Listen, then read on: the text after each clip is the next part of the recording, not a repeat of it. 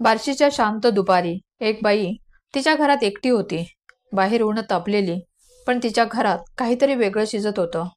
काही तासांनी दरवाजा तोडून आत शिरलेल्या नवऱ्याला जे दृश्य दिसलं त्याने संपूर्ण बार्शी हादरलं. गळा चिरलेला, चेहरा रक्ताने माखलेला आणि गळ्यावर तब्बल 16 वार. प्रश्न एकच, कोणी मारलं पूनम नेरफळला? प्रेमासाठी, सुडासाठी की कोणत्या काळ्या रहस्यासाठी? पूनम नेरफळ नाव साधं, स्वभावही तसाच साधा. बार्शीच्या उपळाई रोडवर तिचं छोटंसं घर. नवरा बालाजी खूप शांत, मेहनती, कामानिमित्त बाहेरच असायचा. आणि पूनम घर, संसार आणि मुलं हेच तिचं विश्व होतं.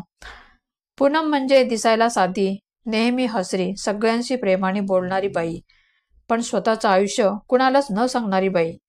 तिचं आयुष्य बाहेरून सुखी दिसायचं, पण आत काहीतरी तुटत चाललं होतं. नवरा कायम बाहेर, एकटेपणा वाढत होता. त्याच काळात तिच्या आयुष्यात आला केतन जैन.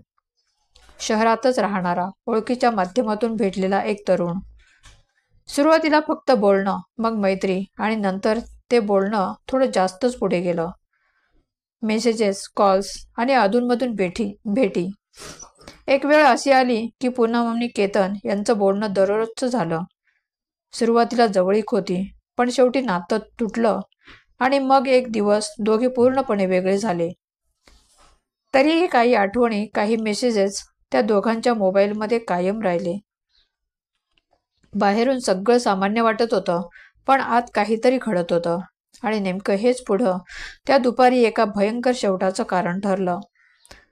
त्या दुपारी जे घडलं त्यानं बार्शीला हादरवलं आणि पूनमचं आयुष्य कायमचं संपवलं. बार्शीचा तो दुपारचा वेळ. उन्हाने अंग भाजून निघत होतं आणि रस्त्यावर अगदी शांतता पसरली होती. पण त्या शांततेत एका घरात मात्र काहीतरी भयानक घडत होतं. त्या दिवशी ती घरात एकटीच होती आणि कोणीतरी आत शिरलं होतं. काही तासांनी तिचा नवरा घरी आला. दरवाजा वाजवला, पण आतून काहीच आवाज आला नाही. मग तो दरवाजा तोडतो आणि आत जातो आणि समोरचं दृश्य पाहून त्याचा जीवच थरथर कापतो. पूनमचा गळा चिरलेला, अंगावर ठिकठिकाणी वारांच्या खुणा आणि घरभर पसरलेला रक्ताचा वास. त्या क्षणी संपूर्ण बार्शी हादरली. प्रश्न एकच, कोणी मारलं पूनम नेरफळला आणि का? प्रेमासाठी, फसवणुकीसाठी की एखाद्या जुन्या सुडासाठी? पोलीस तात्काळ घटनास्थळी पोहोचले. घराचा प्रत्येक कोपरा तपासला गेला.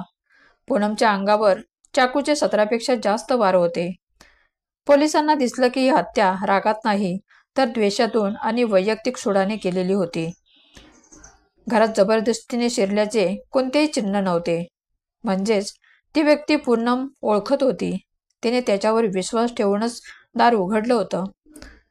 मोबाईल तपासताना पोलिसांना मिळाले काही मेसेज. हे मेसेज पाहून पोलिसांनी पूनमच्या भूतकाळात डोकावलं आणि तिथे त्यांना सापडलं तिच्या जीवनातील सर्वात दुःखद काळ. काही वर्षापूर्वी पूनमच्या एका व्यक्तीशी प्रेमसंबंध होते. त्या काळात दोघेही एकमेकांवर वेड्यासारखं प्रेम करायचे. पण काळ बदलला. पूनमचं लग्न झालं, ती संसारात रमली. मात्र त्या व्यक्तीच्या मनातलं प्रेम आसक्ती बनलं. तो सतत तिच्या संपर्कात राहायचा. फोन, मेसेज, सोशल मीडियावर तिला शोधायचा. आणि काही महिन्यांपूर्वी दोघांचं पुन्हा एकदा बोलणं सुरू झालं. सुरुवातीला साधं, नंतर भावनिक, पण हळूहळू हे संवाद वादात आणि नंतर धमक्यांमध्ये बदलले. तपासातून त्या तरुणाचं नाव समोर आलं, केतन जैन, पूनमचा प्रियकर. बार्शीतल्या त्या खुनानं सगळ्यांना हादरवलं होतं. कारण आता हा फक्त खून नव्हता, हा एका आसक्तीने वेड्या झालेल्या प्रेमकथेचा रक्तरंजित शेवट होता. पोलीस केतनचा शोध घेत होते, पण त्याने पळ काढला नाही. दुसऱ्याच दिवशी सकाळी तो स्वतः पोलीस ठाण्यात आला. चेहरा फिकट, डोळ्यात झोप नव्हती आणि हात थरथरत होते. तो म्हणाला, हो, मीच मारलं पूनमला. त्या एका वाक्यानं संपूर्ण चौकशी खोलीत शांतता पसरली. अधिकाऱ्यांनी विचारलं, का? प्रेमासाठी, सुडासाठी? केतनचं उत्तर थरकाप उडवणारं होतं. तो म्हणाला, ती माझं सगळं जग होती, पण तिनं मला सोडलं. ती लग्नानंतर पुन्हा माझ्याशी बोलू लागली. मला वाटलं ती परत माझ्याकडे येईल. पण मग अचानक तिनं सगळं तोडलं, ब्लॉक केलं. माझं डोकंच फिरलं. त्या दिवशी तिच्याकडे शेवटचं बोलायला गेलो होतो. वाद झाला. ती ओरडली, मला हाकललं आणि रागाच्या भरात चाकू हातात आला आणि केतन थांबला. डोळ्यात अश्रू होते, पण चेहऱ्यावर अपराधाची जाणीव नव्हती. पोलिसांनी तो दिलेला चाकू, रक्ताने माखलेले कपडे आणि त्याचा मोबाईल जप्त केला. सर्व पुरावे एकच सांगत होते. हा खून आधीच मनात ठरवलेला होता. केतनने पोलिसांना सांगितलं, मी तिला माफ करायचं ठरवलं होतं, पण ती जेव्हा म्हणाली, तुझं माझ्यावरचं प्रेम त्रास देते, त्या क्षणी मला वाटलं तिनं माझं सगळं अस्तित्व नाकारलं आणि त्या भावनेनं त्याने तिला निर्दयीपणे संपवलं. केतनला पोलिसांनी तात्काळ अटक केली. त्याने दिलेल्या गुन्ह्याचा तपशील, घटनास्थळावरील पुरावे आणि फॉरेन्सिक अहवाल सगळं काही एकाच दिशेने जात होतं. कोर्टात तो म्हणाला, मी तिला मारायचं ठरवलं नव्हतं, पण ती मला नको म्हणाली तेव्हा माझं डोकं फिरलं. पण कायद्याला भावना नाहीत. साबित पुरावे आणि कबुली जबाबानंतर न्यायालयाने त्याला आजीवन कारावास सुनावलं. तुम्हाला काय वाटतं? हा खून प्रेमासाठी झाला होता की काहीतरी अजूनच काळं सत्य दडलं होतं?